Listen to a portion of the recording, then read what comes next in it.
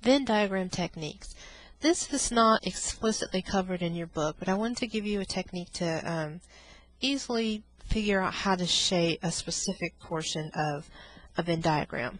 So a Venn diagram typically looks like a box or a rectangle, and inside are circles representing our subsets. So let's say I had two subsets A and B.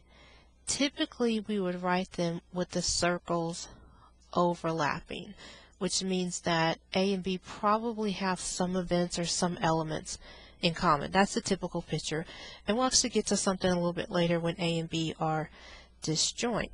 So that's my picture, and let's say I'm asked to find A intersect B.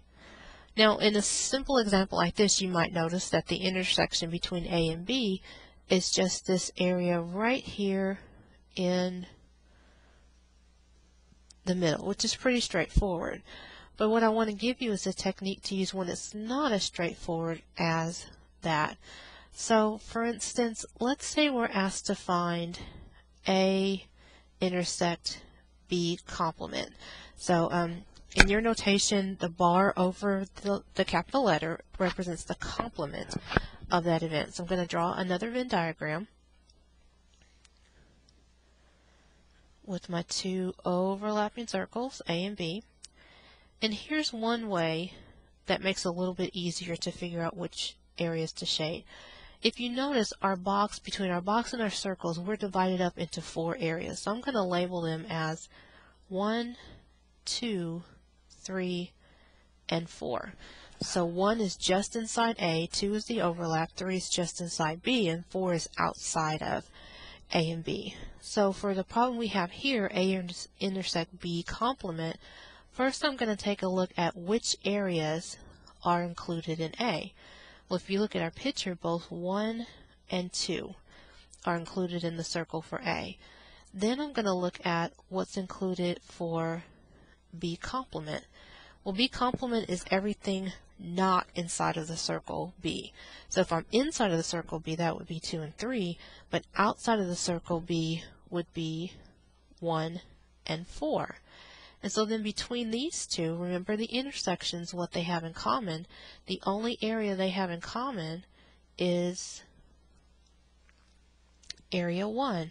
So for to complete this picture, we would shade just area 1. So when I go to shade this, I would go ahead and shade just this part here, so kind of like a crescent shape. Let's try another one using that same technique. So we'll call this example, the previous example 1. Let's take a look at example 2. Let's say I'm interested in A complement union B. Okay, well I'm going to draw another picture, my box with my 2 overlapping circles. So A and B, and I'll label my area exactly the same way, 1, 2, 3, and 4. And for A complement, that includes everything not in A. So it's not 1, not 2, so it has to be everything else, which would be areas 3 and 4. And then B would be everything inside of B, which is 2 and 3. Now keep in mind a union this time, which is different than an intersection. With an intersection, we're interested in only the areas or elements or objects that are in common between two sets. With a union, we're just putting everything together. So for A complement union B, if I put everything together between A complement and B, that means I want the areas of 2, 3, and 4. So I'm going to shade the areas for 2, 3, and 4. So that includes the intersection here, this part of B, and then everything outside of B, but not the inside of A itself. Okay. Okay, let's try one more here. Let's say we're given the information that A and B are disjoint. So that matters. Disjoint, you'll also hear the word mutually exclusive. That means the same thing. If I'm given that information first, that's going to change the way my picture looks.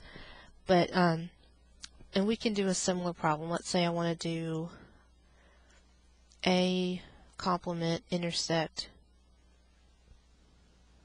B complement. Okay, now knowing that A and B are disjoint or mutually exclusive, that means A and B cannot happen at the same time. It also means that they do not have anything in common. So when I go to draw my picture, I would draw my circles separate from each other. And because there's not an overlapping area, now I just have 1, 2, 3 areas. So everything in A, everything in B, and then the outside space. So let's see what we get for A complement. A complement is everything not in A, so that would include areas 2 and 3. And B complement is everything not in B, so that would include areas 1 and 3. And the intersection between those two, meaning what do they have in common, is area 3. So I would shade area 3. So this would look like everything outside of both circles. So that's just a technique. It's not the only way to figure out the shading of Venn diagram, but it's a technique that usually makes it a little bit easier to know what to shade versus what not to shade.